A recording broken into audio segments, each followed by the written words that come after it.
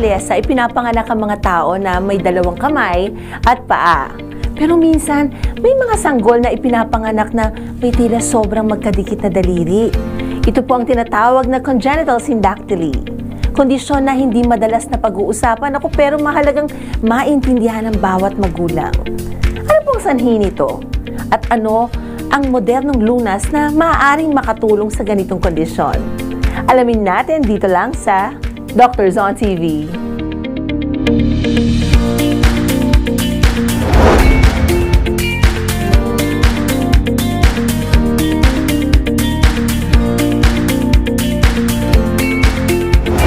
Extra fingers, ika nga nila. Pero ano nga ba ang pinagmula ng salitang syndactyly? At gaano kadalas ito nangyayari sa mga bagong silang? Alamin natin dito lang sa Dose of Information.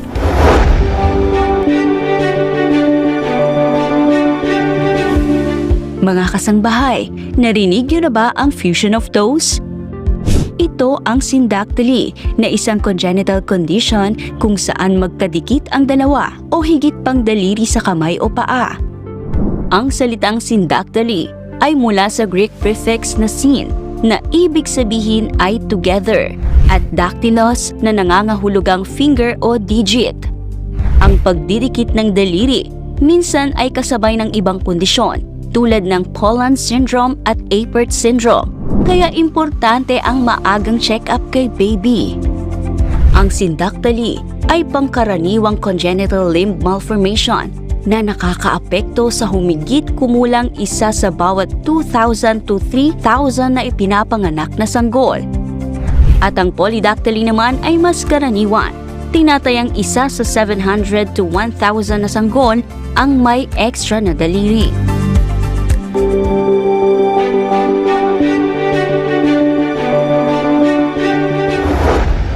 Mga kasangbahay, ngayon naman po ay mas palalimin pa natin ang ating kaalaman. Ano nga ba ang sanhi nito? Naku, paano ito natutukoy? At ano pong mga lunas ang maaari para sa mga batang ipinanganak na may ganitong kondisyon? Kasama po natin ngayong magang isang orthopedic surgeon mula sa Makati Medical Center. Welcome to Doctors on TV, Dr. Giselle Marie Noelle Gabriele. Hi, Dr. Giselle, and welcome to Doctors on TV. Hello, good morning po. Very happy to be here po. Salamat sa pag-imbita. Ako po si Dr. Gabriele. And I'm happy to have the chance po to talk to you about yung topic natin today. Thank you, Doktora. Marami tayong matutulungan ngayong araw sa ating tatalakayin. Ito, Doktora, sige, ano po ba talaga ang ibig sabihin pag sinabi na syndactyly? So, ang syndactyly po ay isang congenital malformation or congenital defect na nangyayari sa kamay or sa paa. And it's known na magkadikit po ang dalawang daliri or web po yung fingers either sa kamay or sa paa. Okay. So, basically, mention the word congenital. So, ibig sabihin, para sa kaalaman ng ating mga tagapanood, so basically, ito ay pangyayari habang ipinagbubuntis ng ina. Yes. Nangyari po siya sa pagbubuntis, usually po sa maaga or first trimester po. Kasi First 3 months. First 3 months. Kasi po, usually yung development ng kamay, mga 5th weeks. Tapos itong pangyayari na syndactyly nangyayari anywhere from the 6th to the 8th week po. Nako, mamaya pupuntahan natin, Doktora, yan, yung kung ganong kahalaga yung pag-iingat ng sarili Yes, ng po. mga buntis. No? Lalo na yung sinabi mong like 5th week, yung first 3 months. Very critical. No? Yan, okay. And Doktora, pero di ba may naririnig din tayo na sabi mo kasi may dalawang magkadikit, ganyan. Opo. Pero di ba meron din yung iba may mga extra finger naman or fingers. Yeah, so itong mga extra finger, ang tawag po dito is polydactyly. So minsan, 6 fingers in one hand or both hands may 2. So 12 fingers all in all. So pag may extra po, ang tawag doon polydactyly. And sometimes actually sa mga ibang bata, nakikita natin pareho meron sila. Meron sila webbed at extra. So ang tawag po doon polysyndactyly. So, mas complicated. Medyo mas complicated Mahirap po pag i-spell, ganun. mas mahaba. Okay, ito, Doktora, no? So, basically, may pagkakaiba po ba ang impact sa kamay? Kunyari, sa kamay yun ang affected area versus kung kunyari, sa paa naman affected? Well, definitely, iba yung affectation for the patient, no? As the patient is growing up. Pag sa paa kasi na magkadikit, which is actually more common. So, it's more common na may webbed fingers ang paa. Usually, hindi masyado nag-a-affect ng function. Nakakalakad pa rin yung bata normally. Nagiging problema po kung polysyndactyly ng paa. Kung may extra kasi medyo mas malaki po ng konti yung isang paa. So, for shoe wear, medyo mas mahirap. But in the hand, pag may web fingers tayo in the hand, nalilimit po yung laki ng pag-grasp ng kamay. So, usually, it has some functional impairment. So, malaki po yung impact on the patients if it's in the hand. So basically, yung sabi nyo, grasping ability. So basically, yung holding ability. Holding ability ng malalaki or maliliit na object. Saka siguro, well, I'm sure not as compared as before, di ba? Kasi ngayon naman parang mas objective na ang mga tao, okay? Kasi siguro basically exposure din sa mga nakikita sa social media and the like, no? So, mas may aesthetic implication ba kapag sa kamay kasi mas kita versus kung sa paa na pwedeng concealed because naka-close shoes like that. Yes, so actually, that's another thing, no? So, the social impact for the child, no? Na cosmetic, but also the child sometimes feels na linuloko siya or nahihiya siya kasi webbed yung fingers niya. So, mas nakaka-affect dun sa social impact niya, psychosocial impact niya, pag sa kamay kesa sa paa. Kasi as you said, pwede siya mag-closed shoes. It is more commonly found in males, 2 times more than in females. So, nagiging problem sa paa because the females like to wear open-toe shoes.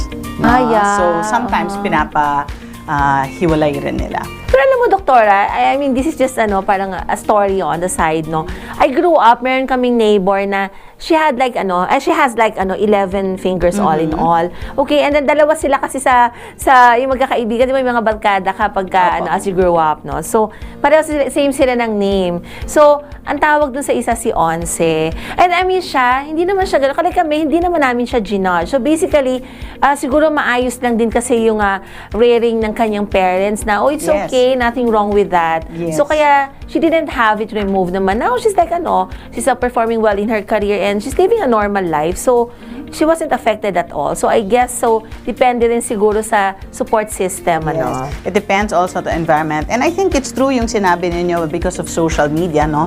There's more awareness, definitely, na these children or even the adults who have webbed fingers or extra digits, it affects the wideness of your grasp, pero it does not mean that you cannot, yung hindi sila nakaka-accommodate or nakaka-adjust. So, they're doesn't really impact the function of writing so much unless it's on the thumb, no? So, doon nagiging problem. So, sometimes, the webbed fingers or extra fingers can be in the middle or dito sa side ng thumb or sa side ng small finger. So, the difficulty also depends on where the webbed finger is. So, does it always happen na nasa lateral, sa gilid, or can it like be above it? Or ano usually? I mean, ang naging familiar lang ako would be yung nasa gilid ng thumb. Yes po. So, for polysyndactyly or yung extra digits, it can be on the thumb side or on the small finger. Very rare po yung nasa gitna, but it still happens. It's called central polysyndactyly. For the syndactyly, the most common po is between the long finger and the ring finger in the hand. Here. Opo, Gitna ng itong third dalawa. and fourth. Opo, third and fourth. Sa paa naman, the second and third. So, may ganun pa talaga. Meron po, oo. So, actually, very hindi na kita wide. tatanong sa statistics. Kasi syempre, di ba, It's a very wide variation, no? It's a very wide variation. And it's also very common po talaga dun sa, sabi mo, parang in one barkada, dalawa po ang nandun, no? Na merong extra finger. So, mataas po ang incidence kasi talaga nitong mga congenital anomalies na ganito. Actually, syndactyly is the most common in the hand, and polysyndactyly is the second one that's most common po. Oh, okay. So, very common po siya. Pero, Doktora, bakit nga ba nagkakaroon ng ganitong condition? I mean, sinabi natin congenital malformation siya. Pero, bakit yung iba naman, marami nga, mas normal yung kanilang anatomical structure sa kamay at sa paa. Pero, bakit itong mga percentage na to ng mga, individuals may ganito? Ano yung pwedeng nangyari sa pagbubuntis ng isang ina? So, ang nangyayari po siya, as we said, in the third trimester, ang nangyayari is, in the beginning po, when you make your hand, when the hand is formed sa sinapupunan ng nanay, it comes out as a paddle, like this. And then, over the next few weeks, magdi-divide siya. So, the problem is really that there is a failure or hindi nagdi-divide. So, actually, kumbaga, kung isa lang ang magkadikit, yung mga iba nag-divide, yung naiwan, hindi nag-divide. Now, minsan, nag-divide ng konti, so ang tawag natin doon partial syndactyly. Minsan po, ang pinaka-common, yung skin lang yung magkadikit, no? Yun yung very simple type, yun yung pinaka-nakikita natin, no? And ang nangyayari, yung skin lang yung magkadikit. Minsan naman, nagiging mas komplikado or more complex, kasama yung mga nerves, tendons, yung buto. Or sometimes, nakakakita na tayo ng mga bata na may mga syndromes na mas complicated pa. And it happens, actually, may known inheritance, no? Namamana po siya sa mga pamilya, pero yung pag-inherit, hindi yung parang na-inherit natin yung tenga natin, di ba? Kung yung nanay mo, tatay mo, nakadikit yung tenga, usually, ganun rin kayo, no? So, ang inheritance pattern po ng syndactyly or polydactyly is what we call an hindi consistent, variable expression. So sometimes, nasa pamilya mo, yung pala yung tito mo, yung lolo mo, may ganon, tapos nagsiskip siya ng generation, tapos minsan nagkakaroon. So same holds true with the other congenital anomalies Yes, also? opo. Well, malformation lang. Like ako kasi, iba yung tenga ko sa right. Correct. Pero my father naman, okay, tsaka mom ko. Pero yung lola ko, same kami ng tenga, ganyan. So, Tapos, yun nga po. So, sometimes pwedeng may it skips skips a generations. generation. Or hindi direct, no? So, it's not from your father or your mother, but from your aunt or your uncle, tito, tita, no? Just the other day, may na-admit sa amin na extra finger, tapos yung lola, nagkukwento yung kapatid niya kasi eksakto na gano'n. So, minsan po, gano'n yung lolo mo sa tuhod. Parang ganyan So, not po. direct doon sa downline na yan. So, Not necessarily pwede doon sa po. yeah, Opo. okay. So, it's a variable expression. It is a dominant trait. So, in genetics, pinag-usapan natin a dominant or recessive. It's a dominant trait po, pero the expression is variable. There are some na wala talaga sa pamilya nila. Ang tinatawag doon sporadic. So, minsan nangyayari po yon, but less common. Medyo swerte ka, ikaw lang. No, para medyo swerte ka talaga. Katsempohan ka lang. Okay. Pero, doktora, ito, no, I don't know if it's worth mentioning kasi I'm in the practice po of aesthetic dermatology, no? And kasama po sa, sa ine-educate namin the patient with would be the use of isotretinoin among females of a reproductive age because studies had shown na kapag buntis and hindi pwedeng gamitin talaga. Kasi during the time na umiinom ka, even, kasi di ba usually parang after the certain duration of intake, meron pa yung time to clear that from your body. So, yun. So, may mga ganong cases na pagka nagkaroon ng intake, di ba alam natin, teratogenic ang isotretinoin. So, yun. May mga cases of polydactyly as well. Yeah, so any of the congenital anomalies can be related po, or the theory behind it is some medications can cause yung mga changes in the development. So, yung pag-mention mo kanina ng first trimester is very important because that's when the babies have most of the development, no, in the first trimester. So, there are some theories that link it to some pharmacologic agents, but the one siguro that's strongest for maternal risk factor is probably smoking and poor nutrition. However, this is a general correlation to all the congenital, Not specifically for syndactyly. Yeah, okay. So, naku, dito ko papasok yung kahalagahan na nga palagi talaga nga nagpapa-prenatal check-up. And maganda, planado din ang pagbubuntis. Kasi sometimes it would happen na hindi aware ang isang female individual na siya pala'y pregnant. So, kung ano-anong naiinom, nakakain, So, yun po, pag-alaga sa sarili, especially kapag kabuntisan, dahil may nakaasa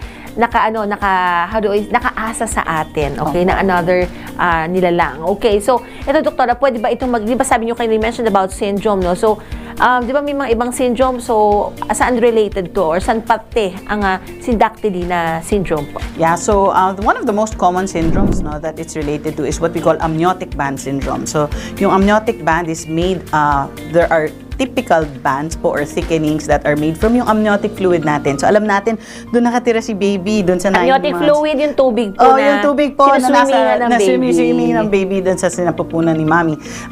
And ang nangyayari po, ito naman po, ang problem sa kanya is dahil natatali niya yung mga developed limbs already or fingers, minsan nagkakadikitan sila, nagwe-web sila, or nagkakaroon ng, some of them parang nagiging shortened, no? So, we call this terminal syndactyly. Medyo iba po siya dun sa pinag-usapan natin kanina na division, no? Na problem sa division. So, yung problem sa division ng kamay that happens at the 6th to the 8th week, usually po is a simple type of syndactyly. So, that's why we can also say that this condition can be multifactorial. Yes, at it some definitely point, can be yeah. multifactorial, but the most common one is the simple one, and that's usually secondary to the lack of the division of the limb. So, you mentioned that syndrome already. So, meron Yes, pa po ma'am. bang iba? Yes, so yung mga ibang syndromes na associated to syndactyly is something called, the most severe type is yung Appert's, no? So, hindi mo nakikita nakikita nyo po na magkakadikit yung fingers nila, and usually seen sa lahat ng extremities nila. Dalawang paa, dalawang kamay, or minsan dalawang kamay, isang paa, or minsan sa kamay lang, minsan sa paa lang. And it's associated po na meron rin silang parang malformation. We call this craniofacial malformation. So, very common po pag nakakita ka ng baby na merong syndactyly, i-examine nyo po yung buong katawan ni baby. Titignan nyo lahat from head to toe.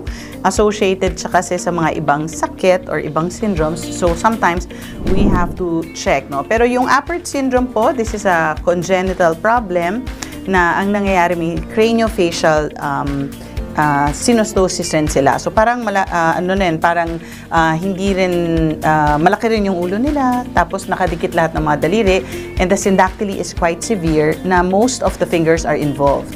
Nakikita niyo yung mga kamay nakasarado. We call this a rosebud hand, or nakaganito po like a paddle hand. So hindi lang yung dalawang daliri. Eto, doktora, how do you go about the diagnosis? I understand na parang this can be, diagnosed clinically already, but do you conduct some more tests to confirm for some, like say, for example, to rule out if this is a part of a syndrome or this condition stands alone? Correct. So of course, the first and foremost is the physical exam. Pag nanganak si mami, titignan siya ng pediatrician. Siyempre, mga friendly pediatrician natin ang tatawag sa pediatric orthopedic surgeon, Yeah. para ma-evaluate si baby, no? And then we evaluate, as I mentioned before, from head to toe, all of the extremities, but also the chest and the hips, no? If we see na marami siyang mga possible na congenital anomalies, then we recommend some genetic testing, and then that's taken over by our pediatric geneticist. And then also sometimes we observe, or sometimes we do extra tests. Now, the most common test that you can do before manganak si mami is an ultrasound. And sometimes nakikita yung web fingers dun sa ultrasound. Minsan hindi nakikita, minsan nakikita. Pero it's possible to detect it before manganak si mami. That's one.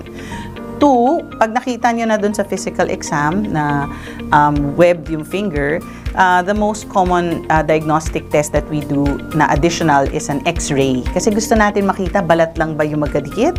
Which or is pati yung easier to buto. manage ba, doktora? Mas madali po yung skin lang. Yeah. Mas madali yung skin lang, but it's very common to have also part of the bone or completely all of the bone involved. affected. And then so we plan accordingly, no, depending on what is presented.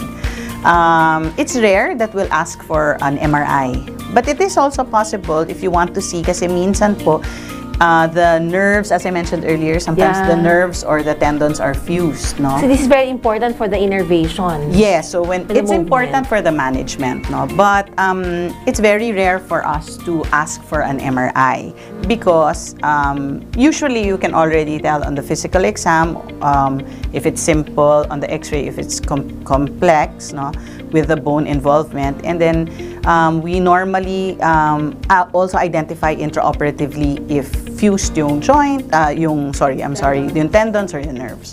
Okay. Pero doktora, kasi kanina you mentioned that it's possible to, diagnose the condition even when the baby hasn't been given yet, or hasn't been delivered yet. Okay? So, I mean, is it more important to have it diagnosed that early on as compared to kapag na-deliver na siya? Kasi my follow-up question kasi would be, will there be any preparation considering na kunyari, teka, alam na, ang ipapanganak ng buntis ay may ganitong condition.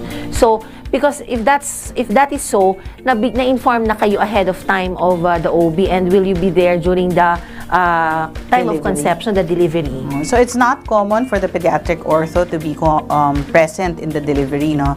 It is our friendly pediatricians that take care of that. The management of syndactyly per se, no, even if we see or even if diagnosed before manganak si mami, usually does not change.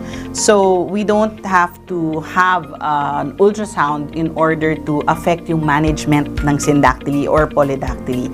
However, I think the congenital scan is important per se for all mommies because there might be other syndromes that can be seen. Yeah. So if it's associated with other symptoms, then it might be very important to see it. But if it's the simple type of syndactyly, then it doesn't change the management. Whether you diagnose it before mga naksi mommy or after or right after. Kasi makikita niyo po siya dun sa physical exam. Siyempre, unang ginagawa ni mommy at daddy is bibilangin ilang toes at saka ilang daliri po. Saka sa physical examination Opo, also, makikita na po. ng neonatologist. Yes Okay. po. Pero ito, doktora, basically, meron ba itong proper timing, okay? So, when to manage, okay, yung surgical intervention. Yeah. Kasi ba like, for example, sa mga cleft palate, cleft lip, you just don't operate on. Meron siyang proper timing. So, basically, here, does it apply as well? Yeah, so there is a proper timing, no?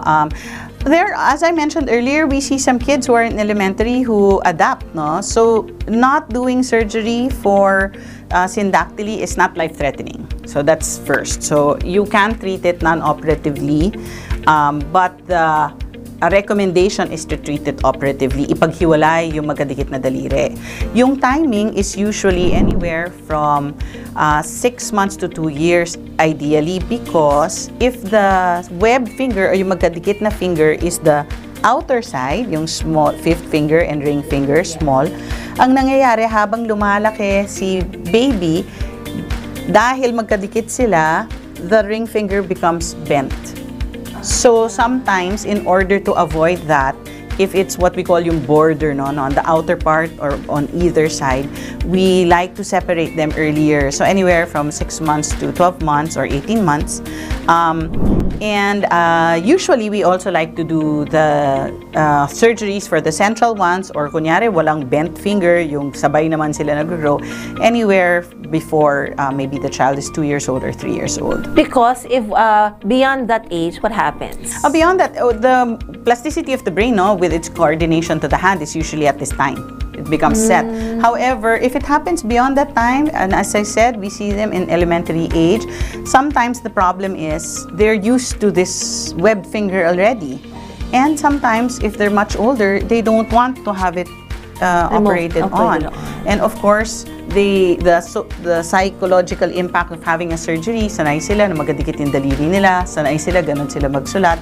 So, we take this into consideration. So, if the child is older, we really interview the child. We ask them, gusto ba nila magpa-opera? Siyempre, pag baby, ang tinatanong natin is the mom and dad, no? But when the child or the adult is adult na, nag-present with a syndactyly, the decision is left up to the patient, no? If they want or they don't. Kasi sila yun katawan nila, doktora. But how about the surgery? Meron ba yung mga parang complications na pwedeng matakot ang pasyente na, paggawa nila ito? Yes, oo. So, as we mentioned, sometimes it's 2 fingers lang na web, sometimes it's 3 fingers na web. Kung more than 2 fingers na web, we usually don't like to do yung magkadikit. Adjacent, we call this adjacent finger. So, if it's the index, the long, and the ring, we'll probably divide first the ring and the long. And then at a later time, the index and the long finger. So siguro staged, ang tawag doon staged yung procedure.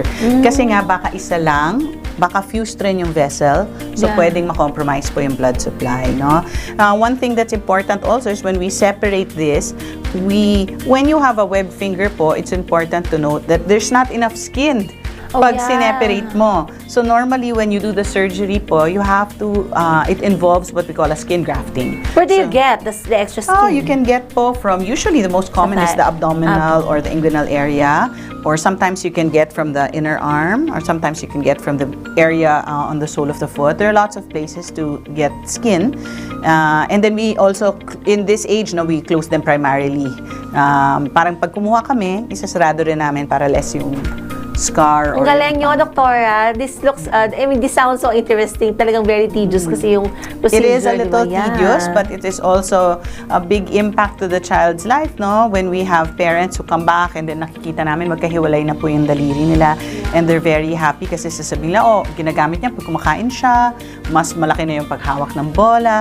So, nakakatulong po talaga sa impact ng buhay ng bata. That's beyond the procedure itself. It's the functionality of the patient later on. That, yun yung naibibigay nyo sa kanila na tulong, di ba? Yeah. And the doktora, after that, so, does this require, therapy or rehabilitation just so parang, maka-adjust po yung, parang basically, parang new structure na siya, di ba? Opo. Kasi individualize na sila. Yes, so if it happens in the hand, usually there's no need for physical therapy. You'll be surprised that these children, after the operation, they're gonna walk already. Ang galing ng capacity ng bata to heal and to adjust, no? They just suddenly walk by themselves. They're also going to use their hands on their own, but sometimes because of scarring, because maraming incisions po, sometimes they can develop what we call contractures. Yeah. So that's one. As a dermatologist, you already know that. So we do the rehab in order to do some scar mobilization, to soften the skin, to make the fingers more mobile, and then we refer them to an occupational therapist for this, so that ma-increase yung movement ng kamay. Sometimes rin po, what happens is there's such a thing as what we call creep, no? So after pinaghiwalay natin yung daliri, it can happen again as they get older. So we call this creep, no? Parang nagdidikit ulit partially. And so some of them have to have reoperation, but part of the occupational therapy after the surgery is to teach also the parents how to try to prevent this, to massage it, to monitor it, no? So basically, marami namang available na post-treatment care. Yes, marami pong available. The hand surgeon or pediatric ortho can teach the care to the parents. It's mainly the parents who give the care, but the support system would be our rehab. Yeah, just make sure din talaga that regular follow-up is being, Yes. Yes, followed. Yeah. Yes, okay. ma'am. So just so para at least yung continuity ng ng success ng management. Yes, ma'am. Okay. So ito, doktora, paano ba natin na ipapaliwanag po sa mga magulang, okay, na hindi nila kasalanan ang pagkakaroon ng ganitong kondisyon ng anak na kasi sometimes they get to blame themselves, especially the mom. Siyempre, parang minsan ikaw na nga lang ang magkaroon ng ganitong problema rather than yung iyong anak. Yes, oo. So this is, I think, very common for all the moms that have children with syndactyly or polydactyly.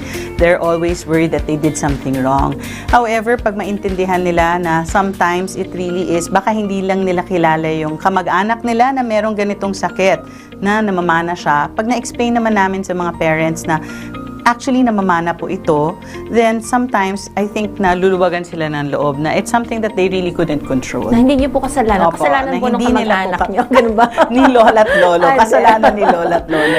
Opo, hindi. Joke lang po yun. No, Walang may kasalanan Saka po. hindi, It this is just something happens. that, you're just born with it. I mean, Yes.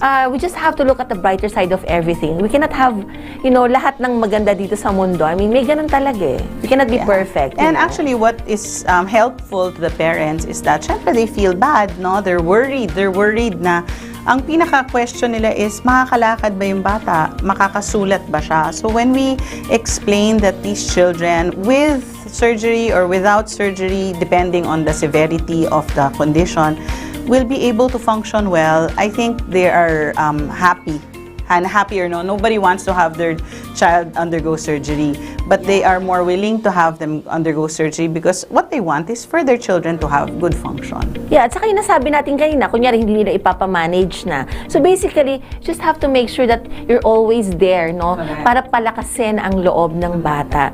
You're more than that, anak, di ba? Okay. So yan, doktora, sa mga kasambahay, nako, ang dami na po nating natutunan tungkol sa congenital syndactyly o yung pagkakadikit po ng daliri at yung pagkakaroon ng extra fingers or toes sa mga bata. Pero alam nyo ba, may mga myths at maling paniniwala pa rin na kumakalat tungkol dito. Kaya naku, tara, i-clear up natin ang usapan at alamin ang tunay na facts sa pagbabalik ng Doctors on TV.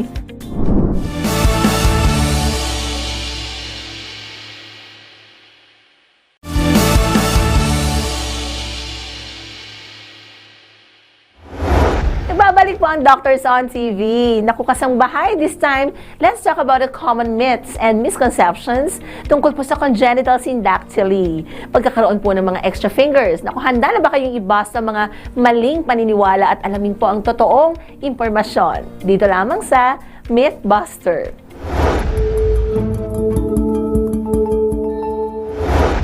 Dito po natin iisa-isahin, Doc, ang mga kumakalat na paniniwala tungkol sa congenital syndactyly. At sasagutin niyo ito, Doc, ha, kung myth bang baya or fact. Nako, pero kung myth po ito, Doc, please explain kung ano ba ang tama. So, ready ka na ba, Doc? Ready? Okay, so myth or fact, nakakahawa ang syndactyly. So this is a myth, no?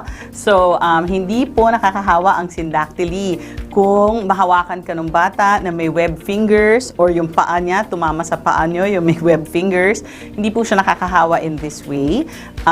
And yung mga bata na kunyari, mag-share kayo ng pagkain or umubo yung bata near you, hindi po kayo mahahawa, hindi po siya parang trangkaso. O, hindi siya infection. Hindi siya infection po. So, it's really a developmental problem. Nangyari po siya habang nasa sinapupunan ni mommy. And one-time event po to, hindi po siya lumalala in the sense na paulit-ulit yung injury dun sa finger na yon. No? Ang nangyayari lang, lumalaki yung bata, kaya nag-iiba yung shape. Ito, doktora, gusto ko tong question na to. Okay, so myth or fact, maswerte raw ang may extra fingers or toes dahil pampaswerte ito sa buhay? Actually, myth po ito. However, merong families na very strong ang paniniwala nila and that's why hindi po nila pinapa-opera. So, meron po kaming meet na mga adults na meron talagang extra finger, polydactyly, or web finger syndactyly, or both, polysyndactyly, na talagang hindi pina-operahan dahil yun ang swerte ng pamilya. And every time that something goes well in the family, naniniwala silang it's because of this. So, this is a myth. It has nothing to do po with the success or failure of the family life. However, sometimes we cannot change rin po the beliefs of our lolos, lolas, titos, Oo, titas. kasi mga Pinoy maraming ganyan. Opo, marami Sabihin po nila, talaga. pag magkaiba yung tenga, isa nakasahod, naku, swerte yan. Huwag mo ipakulag. Pero actually, feeling ko, chismis yata yung At nakuha. saka marami pong mga problems Yeah. ng kamay na pag feeling nila meron yun, wag mong papatanggal kasi yun po ay pangkayamanan. Oo nga, sabi Iswerte nila. sa kayamanan. So, marami pong hindi Marami. But basically, success kasi comes with hard work. Of course. Okay, and ito myth or fact, kapag may extra finger or fused toes, ang bata, ibig sabihin may ginawang mali na ang nanay habang ito'y buntis. Wala naman po. Walang kasalanan si mommy at daddy, so definitely this is a myth. Walang kasalanan si baby, wala rin kasalanan si mommy or si daddy. As we said, pinanganak po siya ng ganito, hindi po niya pinili. Nandun lang po talaga sa pamilya niya. Or biglang nangyari lang po. Pero wala pong relation also to yung character ng bata. Minsan feeling nila masama yung bata pag ganyan. Opposite naman ang swerte, yung malikot. Kaya ganon. So hindi rin po katotohanan ito. Wala pong masamang ginawa si baby. Oo nga, lagi nila sinisisi yung parents, no? Okay, so samantalang scientifically proven naman ito, doktora, di ba? Yeah. Okay, so ito, myth or fact, kapag maliit lang ang extra finger, mawawala rin yan habang lumalaki. So this is a myth as well, no? But it's common for polydactyly, lalo na yung nasa border digit na parang balat lang, parang bump lang. Feeling nila We call this pipitasin lang. nubbin. Oo. Ano nubbin? Nubbin, yeah. We call Spell this a nubbin. nubbin. N-U-B-B-I-N. Nubbin, yeah. So what happens po is, hindi po siya nawawala. Lumalaki siya in proportion to the size rin of the hand. So mas maliit siya compared to the other fingers, to the hand, pero hindi po siya magdi-disintegrate or parang papasok dun sa kamay. So that is a myth as well. And it is very easy to remove, no? So many of the newborns, mabilis namin tinatanggal po ito. Oh, okay. Ito, doktora, myth or fact, hindi na makakalakad o makakagalaw ng normal ang batang may syndactyly.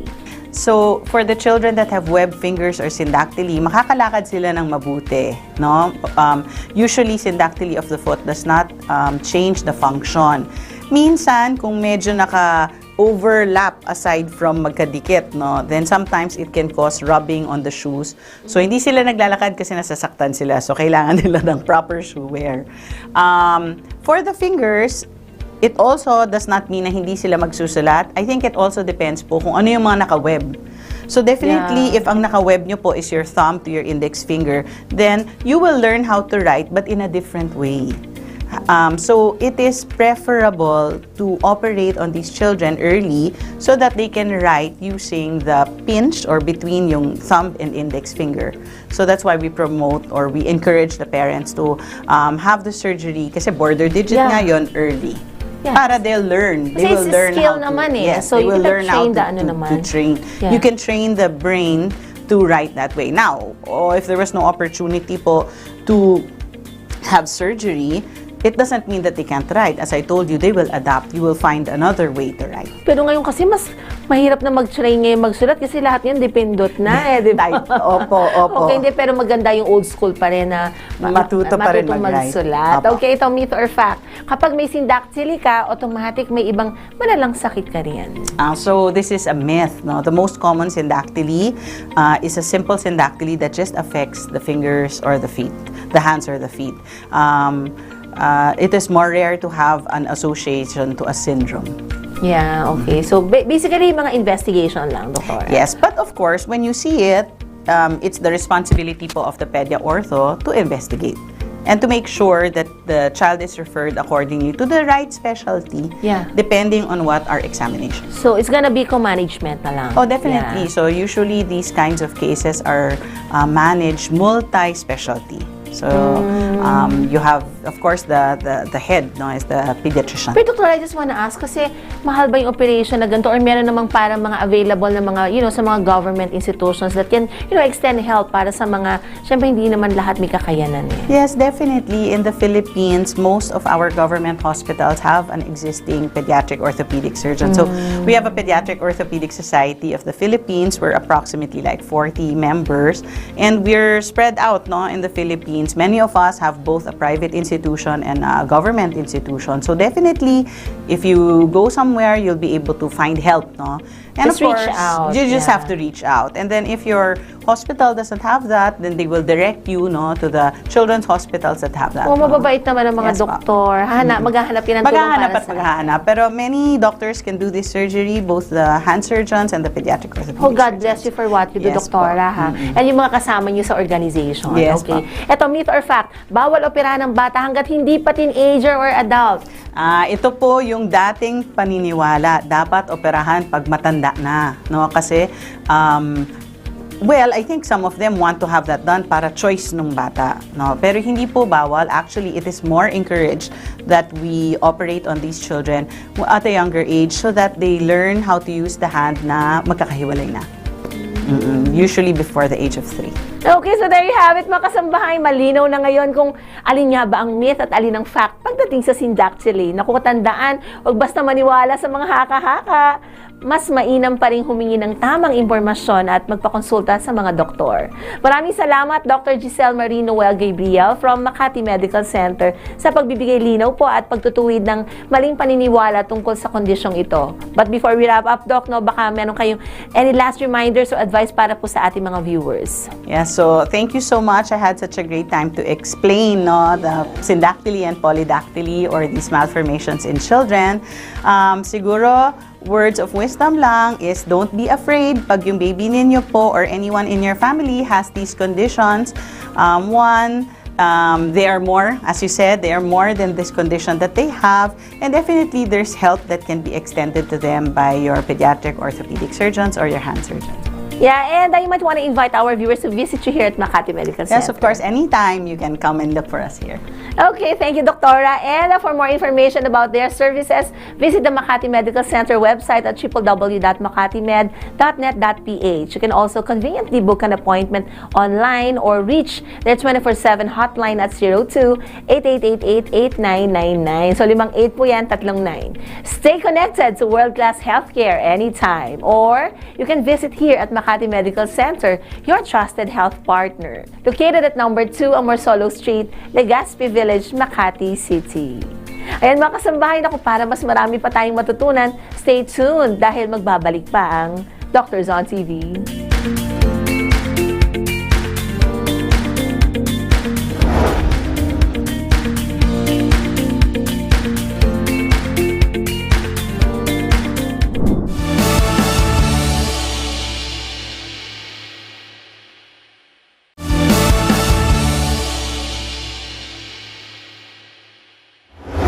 Welcome back mga kasangbahay! Naku, kapag usapang pagbubuntis, naku po lahat tayo gusto syempre healthy at safe si baby. Pero alam nyo ba na may mga ilan pong birth defects na actually pwedeng maiwasan kung may tamang kaalaman at pag-iingat ang mga mommies to be. Naku, alamin natin kung paano po natin mapoprotektahan ang susunod na henerasyon. Dito lamang sa Baby Talk.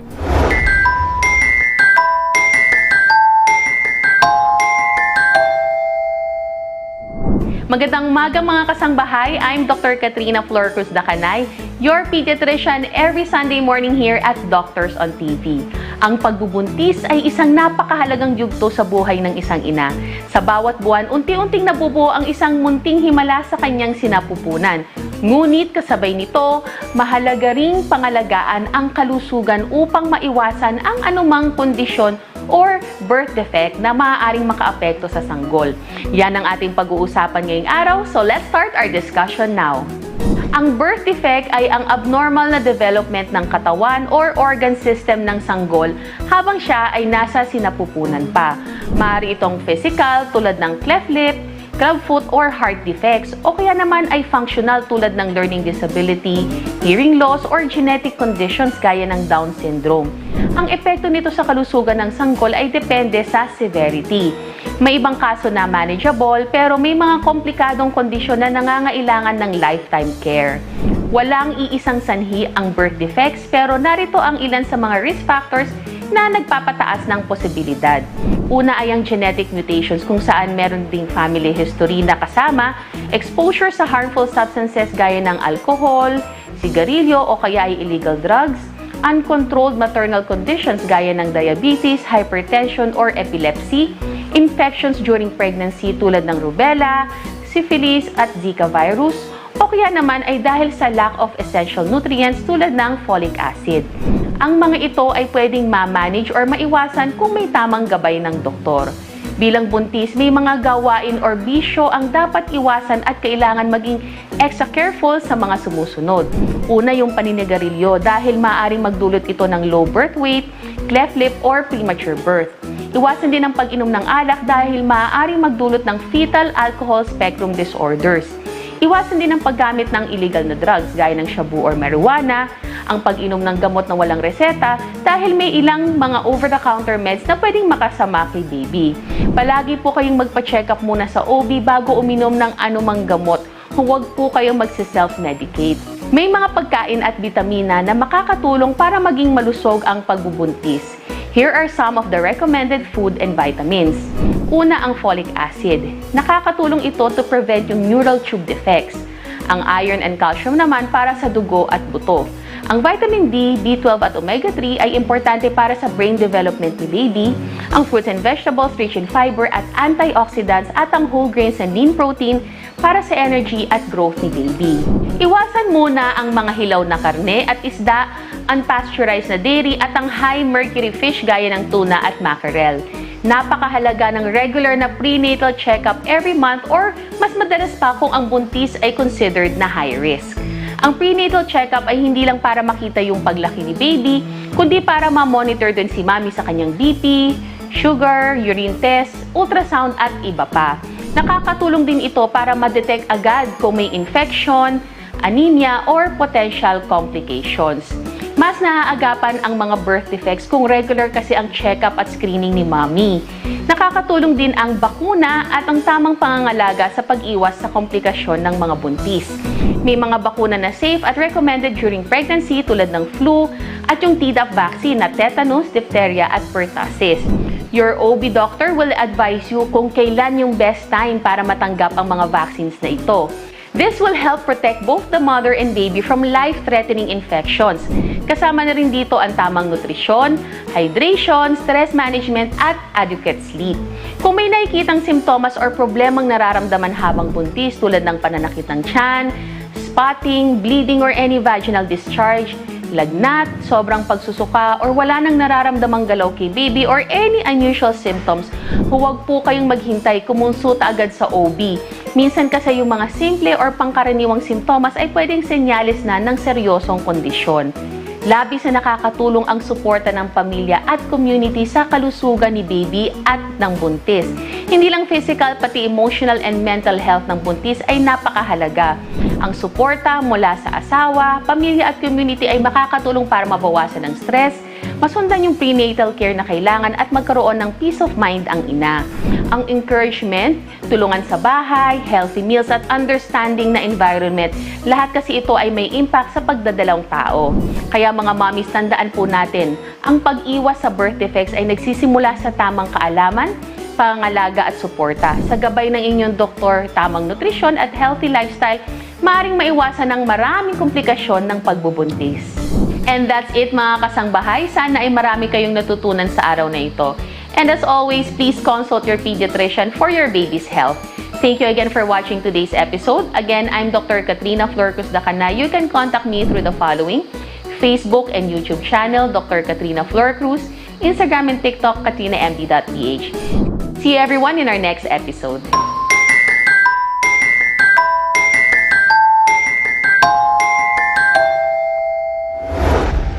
Ang ganda po ng usapan natin today, mga kasambahay. Naku, laking tulong talaga ang tamang kaalaman para po kay mommy at kay baby.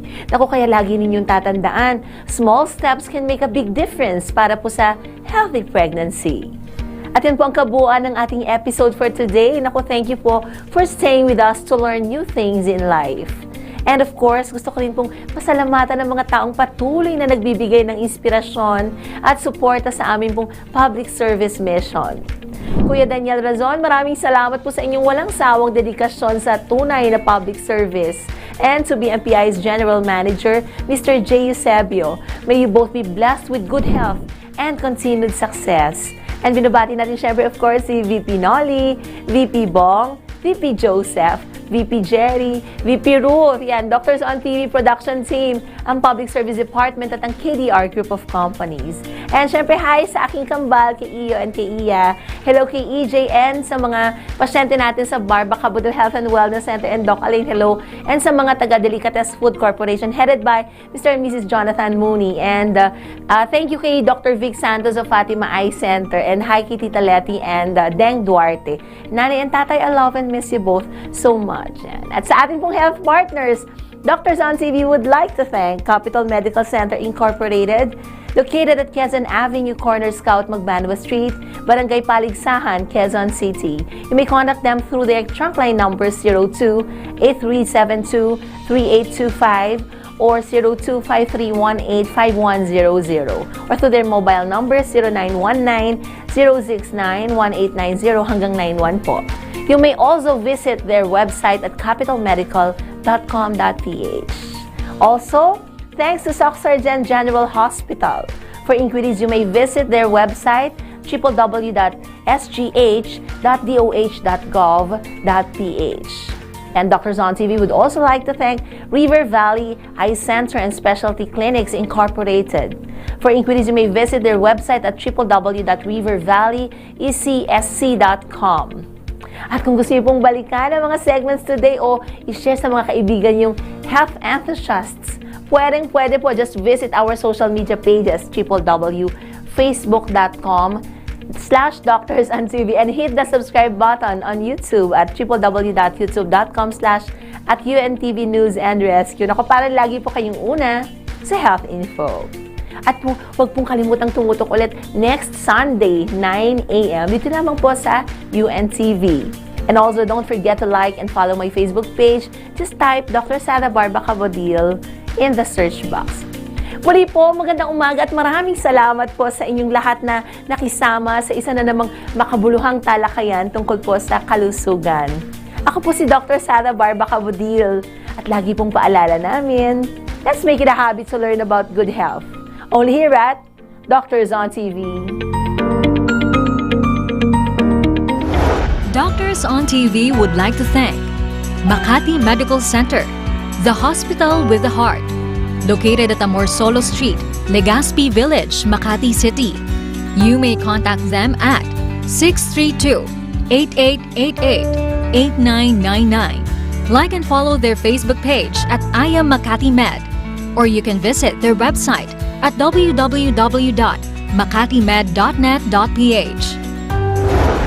Lindison Gas Corporation, located at 179 National Road, Landayan, San Pedro, Laguna, 4023.